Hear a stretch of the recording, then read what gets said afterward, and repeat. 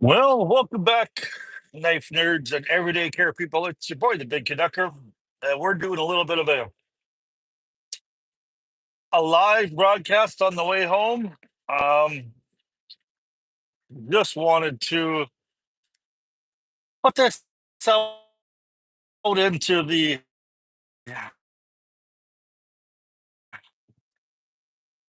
um, and just go over a few things. About an hour ago, I lost my mother, actually, kind of quite suddenly. Um, My mom was in northern Manitoba. She lives in a little small town. The healthcare is not super fantastic up there, but she was in the hospital since December 5th, and they were just saying it was pneumonia and it wasn't anything to really worry about. She just needed to kind of get her strength up because my mom has post polio syndrome. So she doesn't weigh very much. She's only about 75 pounds, 80 pounds, and she's about 5 feet tall, on her tallest days, standing on, her crutches and the whole deal, right? And so she went home, and I guess while she was in the hospital, because she's so kind of bent over due to her spine kind of curving because of the polio, the post polio syndrome, she developed a blood clot in her abdomen, which ended up killing a bunch of her bowels. And so the bowels had died and they were poisoning her from the inside. They thought it was a gallbladder, but they were poisoning her on the inside. And so last night I got the call that they were heading into Winnipeg. When I was told that she's flying into Winnipeg, I was told that she's suffering from a bad gallbladder, that her gallbladder had got infected, and they were going to put a drain in there because she's not strong enough yet to survive a gallbladder surgery. So they're going to pump her full of antibiotics and take her to Winnipeg, where an internal medicine team was going to make sure that was the right thing and take care of her. And I mean, the doctor who in the past I'd spoken to had said, there shouldn't be you know, a huge rush to go see her in Winnipeg. Don't go panicking yet. Let's wait till we get to Winnipeg and find out. And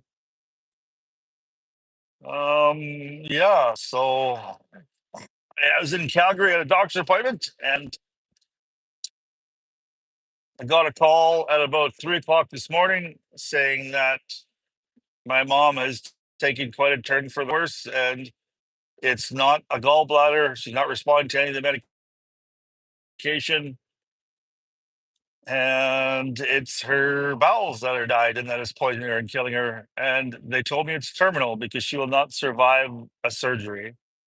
So the surgery could kill her immediately, or with the bowels, she could live, 1, 2, 3 days, and then we get a chance to race down there and say goodbye. And so that's what we did.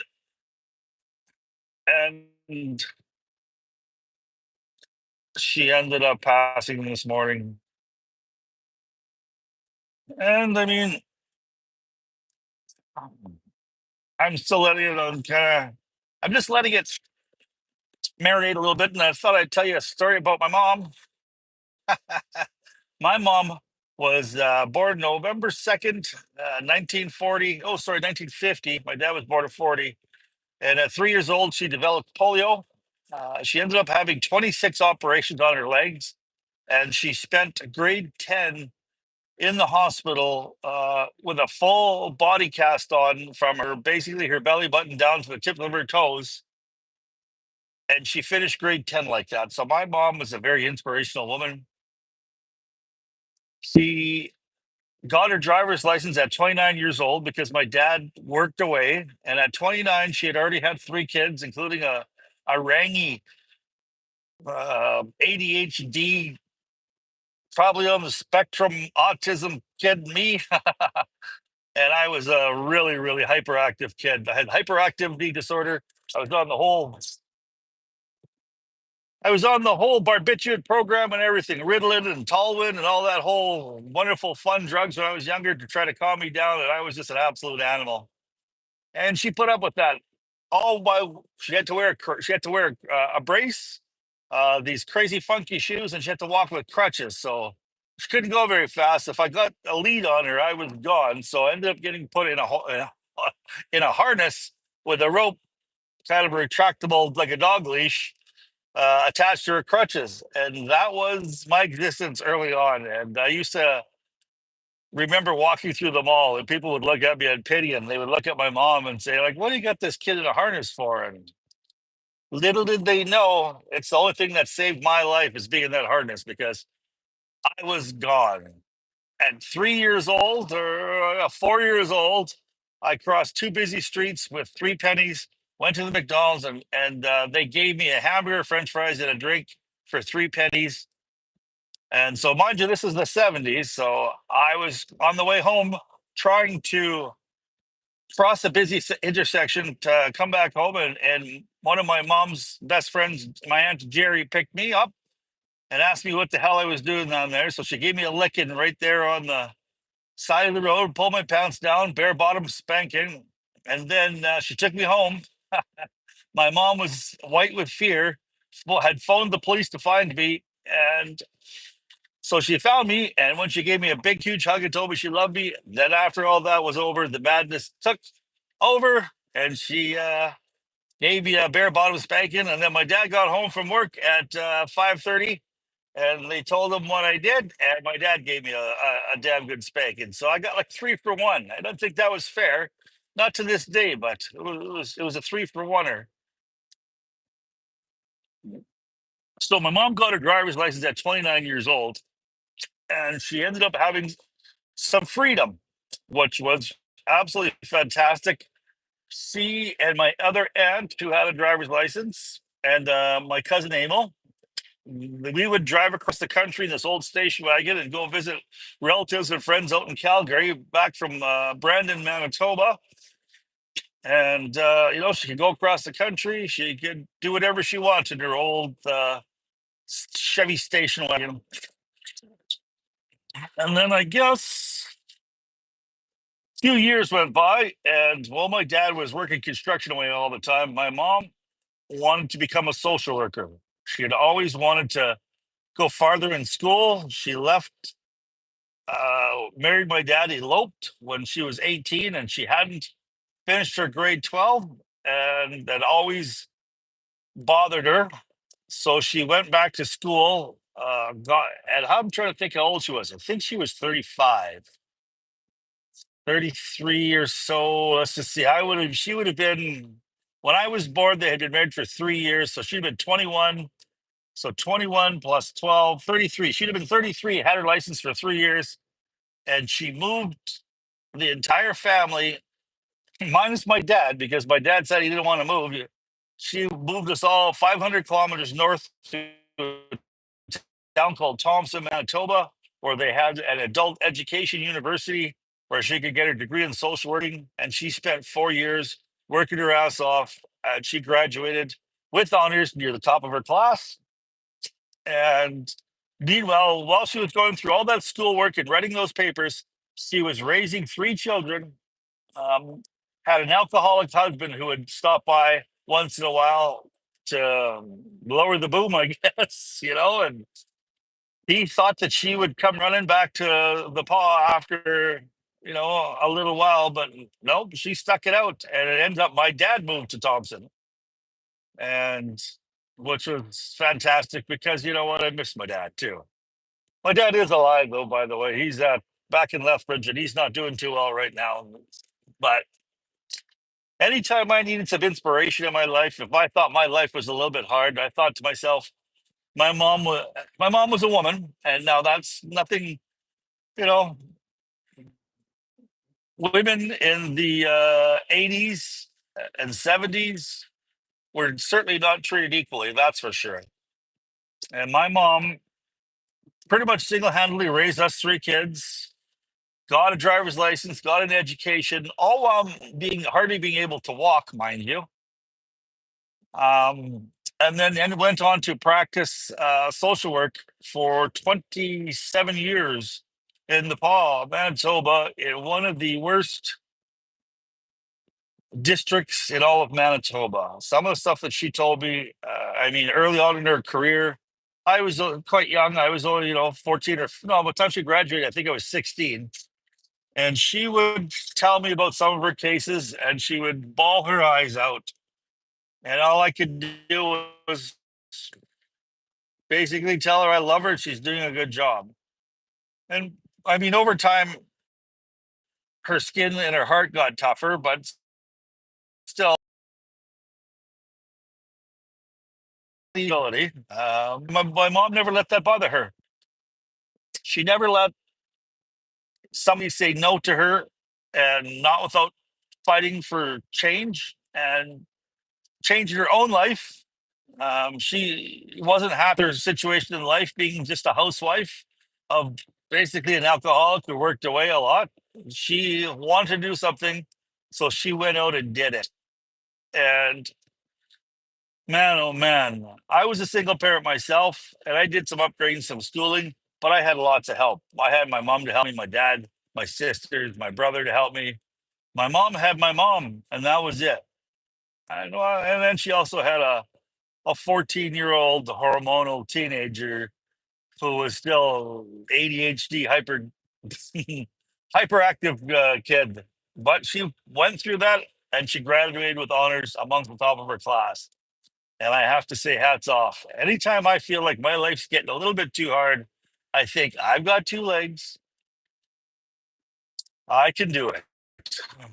And if my mom could do it, anybody could do it. And I'm extremely proud of her.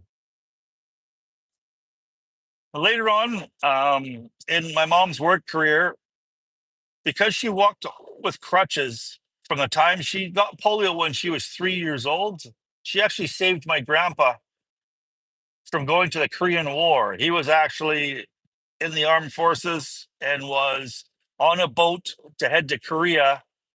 And my mom was in the hospital. The polio had almost killed her.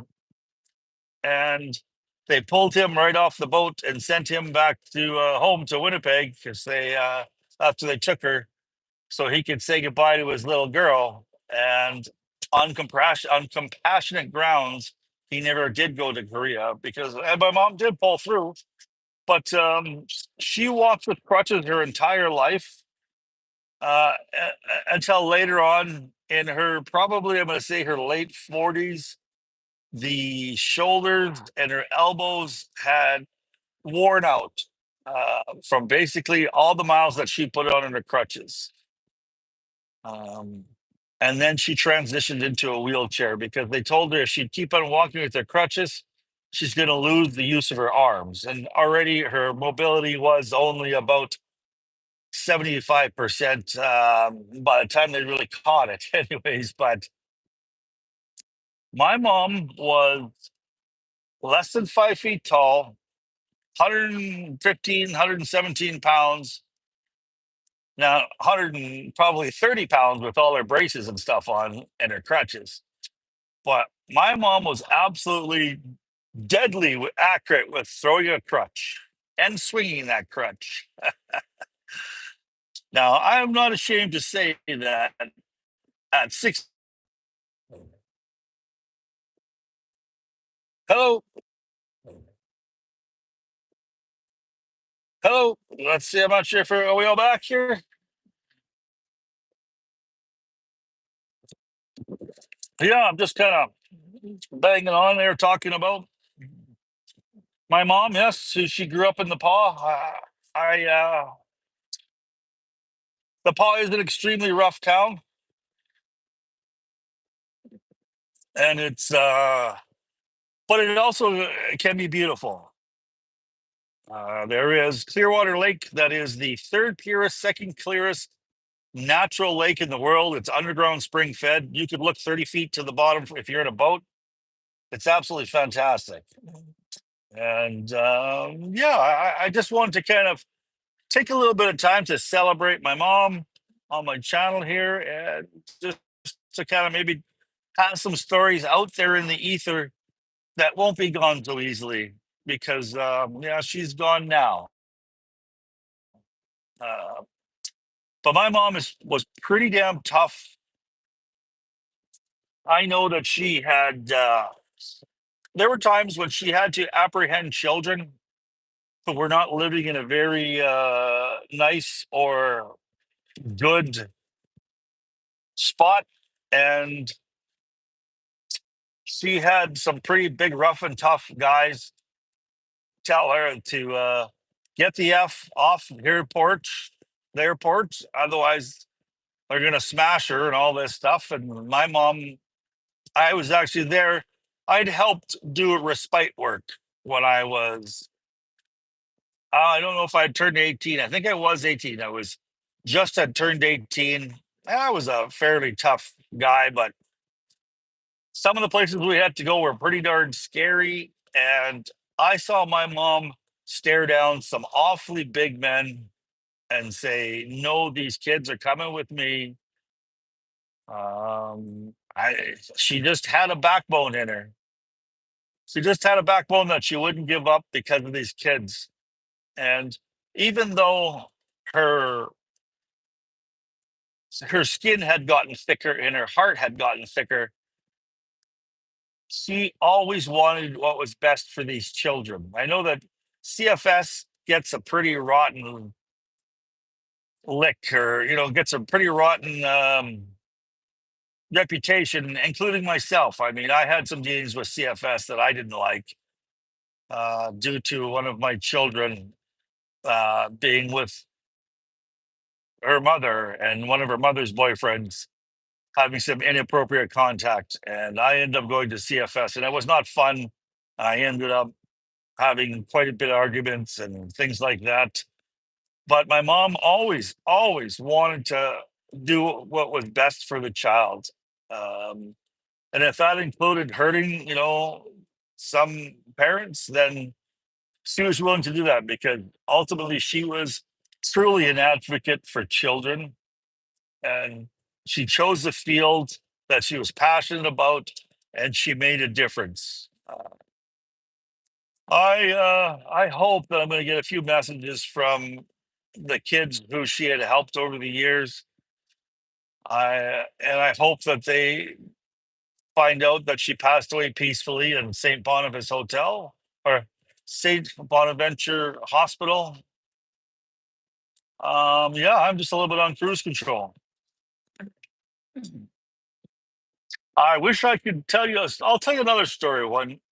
A little story about my two aunts. So my mom with her polio.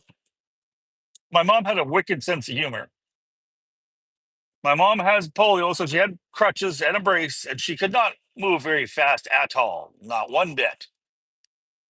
And we went berry picking in northern Manitoba, and along, I guess, a logged out area, like a cut line for some of the hydro places, um, the power lines. And in there, there's a bunch of broken up rocks and there's sticks and logs and stuff that are all kind of mangled. You got to climb over them, and you'll see some rocks in there. There'll be some crevices with blueberries growing out of it. And I mean, all along that area, you could pick 5-gallon pails of blueberries all you want. But we're always warned, be careful for bears because bears like blueberries too. So now my auntie Charlene was, I'm going to say she was about 8.5 months pregnant, as big as a house. And her and my mom are sitting on this little, almost like a little kind of plateau with a bunch of berries all the way around her. And me being the, a giant smartass, I took these great big rocks and I heaved them over top of their heads into the forest, into the bush there, and it would hit the trees and crack, and it sounded like a grizzly bear or a black bear coming out of that bush. And so the first one I threw, and I could spot the two of them. The first one I threw, my aunt, who's 8.5 months pregnant, she kind of sat up and kind of went on alert, just like a deer. And then I threw another bigger one, and that made a heck of a crash in the bush. And my mom started to grab her crutches and bring herself up to her feet to try to get the hell out of there as fast as she could. Meanwhile, my aunt 8.5 months pregnant with a belly that's probably twice as big as mine, like this huge. And she pushes my mom down to the ground to get up and goes hauling ass out of that bush, leaving my mom in the dust. So if there was a bear, one aunt with the kid would have survived, and the mom with the polio would have been bear food. And my mom never let my aunt forget that. My mom wasn't mad. She just teased my aunt mercilessly all summer on that one. And then for the rest of her life, my mom would bring it out to my aunt. And my aunt would say, I don't know how many times I can say I'm sorry. Sir, you just want your older sister to be bear shit. And ah, yes, she had a wicked sense of humor.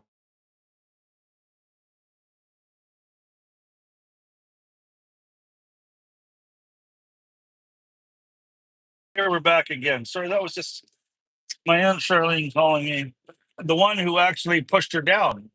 I wish I could talk to her and you guys could hear what it says, but I guess you can't because my iPhone doesn't have that technology. But I'm just pretty much on cruise control right now. I'll be doing a lot of grieving here pretty soon. I just wanted to get some stuff about my mom out there into the world. That's not going to die. That's going to be there for a while. And just to let you guys know that I do appreciate you guys stopping by and listening. Appreciate you guys this year, letting me come back. I took some time off there with my wife when she got sick. I don't think I'm going to take as much time off with this. Both my parents are kind of a little bit older, so I'm a little more prepared to what's happened, but it's not easy, that's for sure. I have a good friend, Chris Reinhold, who sent me a bit driver that wasn't tip top. So he went to send me another one before I could do a review on it.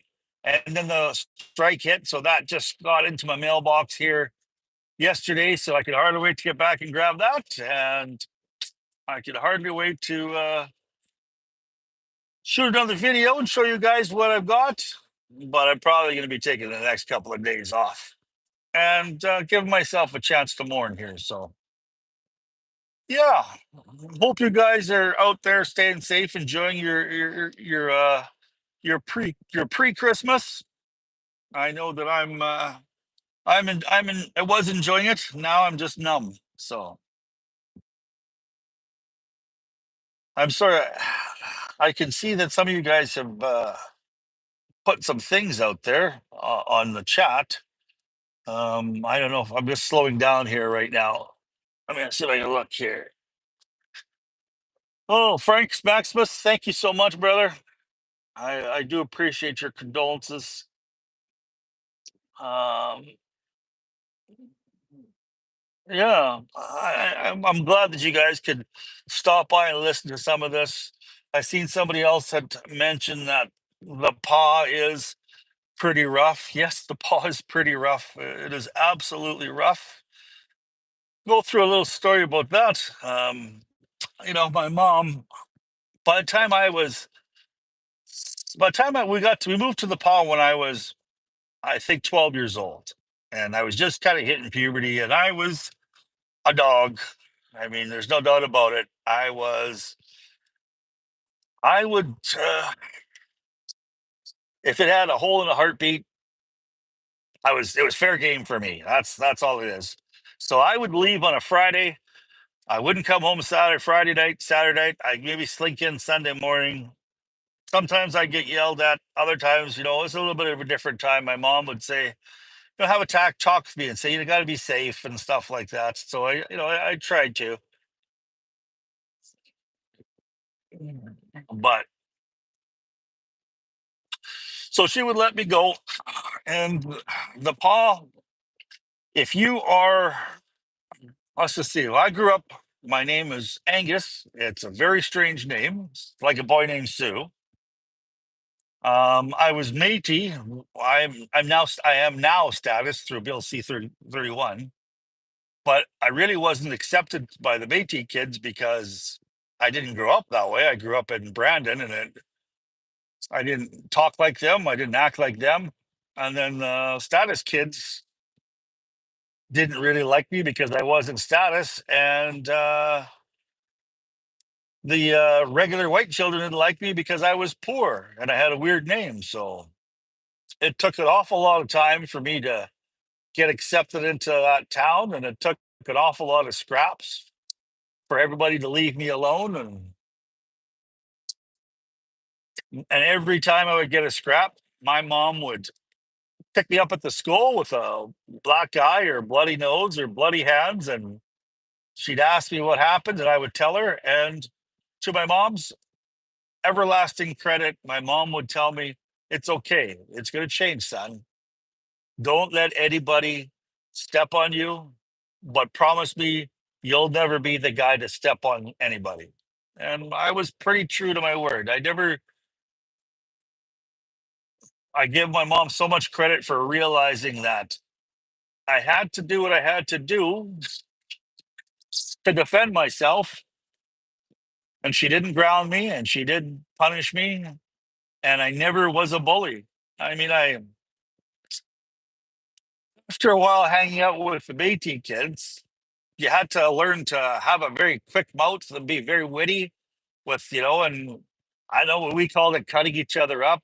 Some people, it's called roasting now, but there was always things we had to do with our mouth and, to yak and stuff like that. And if you're hanging around, if somebody's got a really weird attribute, you give them a nickname. And if that nickname stuck and they didn't like it, well, that just was too bad. And I gave lots of bad nicknames, but they were nicknames in terms of endearment. I know that my friend, well, actually, he's the ex-husband of my current wife, and I called him McNuggets because he looked like a chicken McNugget. He was kind of a little bit short and round, and I called him Danny McNuggets because his last name had a Mick in it. And I found out many, many years later that he absolutely despised that name, and he didn't do it to to punish him or be a bully. I just thought it was kind of a little cute name of endearment. So I had some growing up to do, and I found that out later. And yeah, there was lots of stuff like that.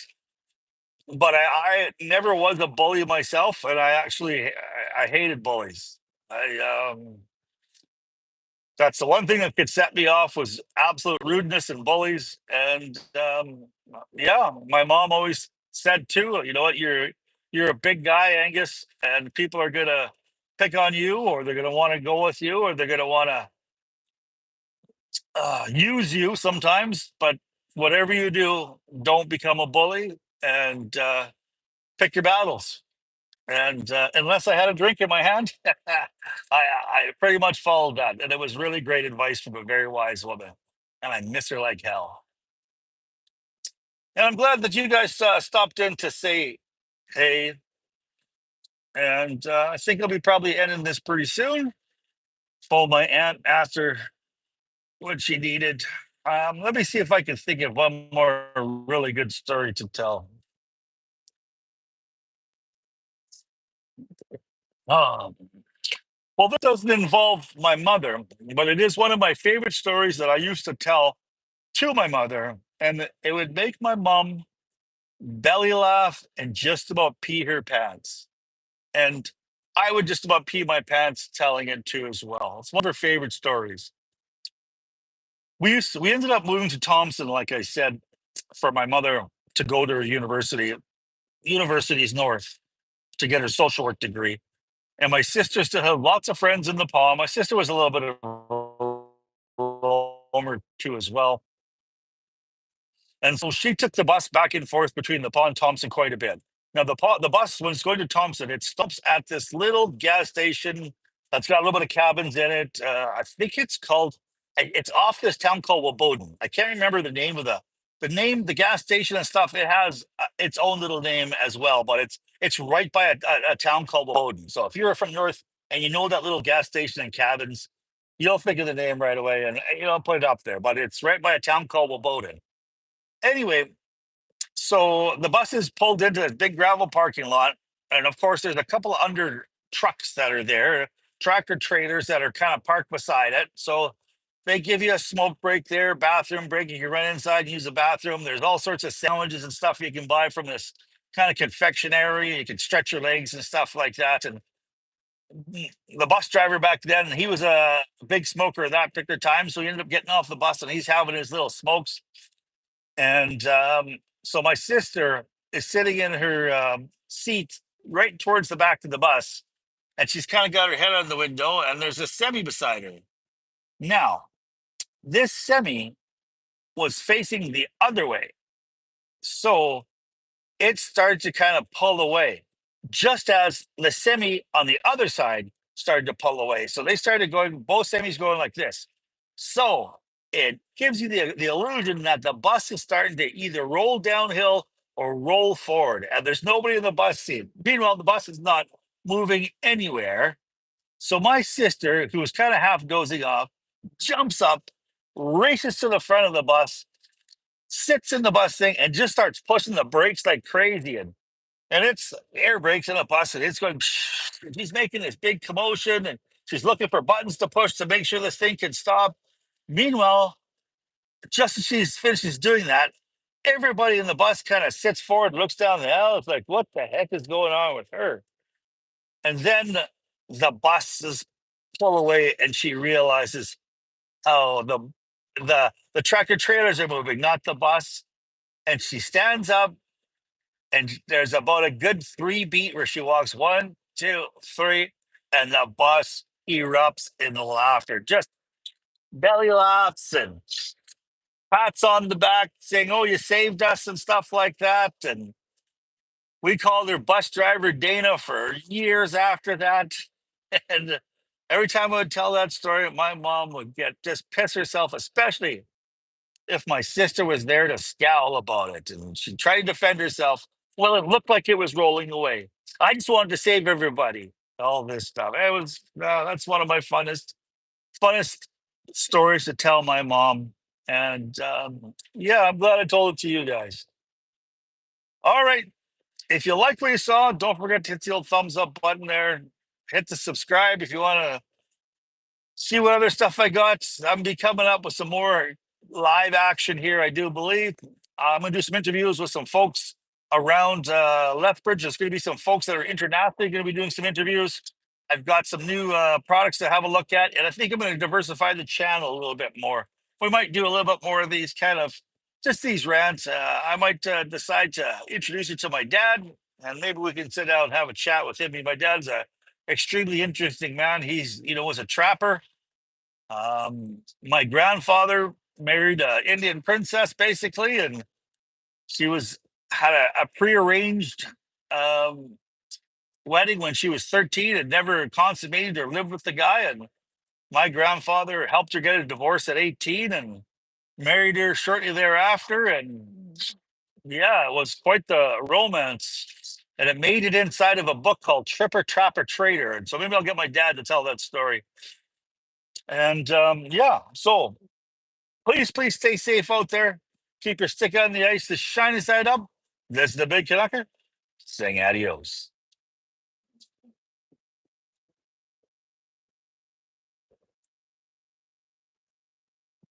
Hmm. Well, let's just see what we got here.